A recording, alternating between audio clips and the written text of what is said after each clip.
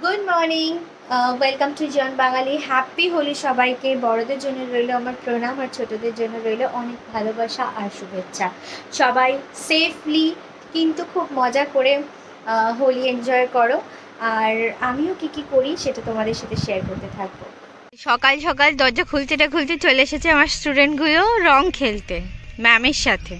সবাই এখনো এসে পৌঁছয়নি, ওরা 3জন এসেছে। দেখি তাদের মুখগুলো একবার। ওই দেখি দাঁড়া, একটা ছবি তুলি। আমাদের ব্রেকফাস্টে হচ্ছে লুচি আর তরকারি। যে রূপাদি লুচি বেলছে।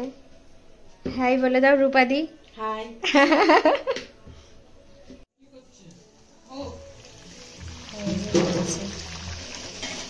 লাগছে তোর আজকে হোলির খাওয়াটা? কেন তোর লজ্জা লাগে? ও আচ্ছা, দেখি ভালো হয়েছে লুচিটা। কালার মাখিয়ে দাও তো, ওই জন্য তো অফ করতে বলবো।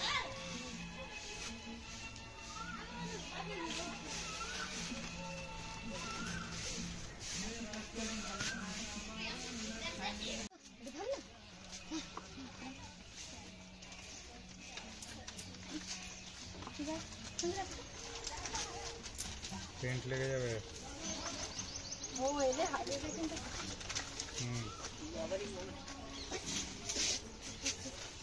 ভালোভাবে পড়াশোনা কর, এটাই আশীর্বাদ করি। আমাকে দিতে হবে না বাবা, আমাকে দিতে হবে না, আমাকে দিতে আমি আমি আরে আমাকে প্রথম কেউ পায়ে আবির দিল।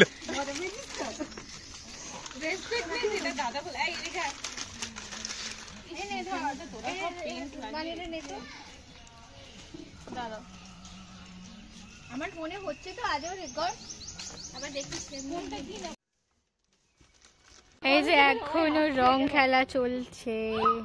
সব ভূত হয়ে গেছে, ভূত হয়ে গেছে, ফোন পড়ে যাবে। দৌড়াদৌড়ি কেন করছিস তোরা? আমার অলরেডি এরকম ভিউজ দেখা। বাবা বালতি মগ গামলা নিয়ে রং খেলা চলছে। হ্যাঁ, সামনের বাড়ির পুচকুটাকে দেখো।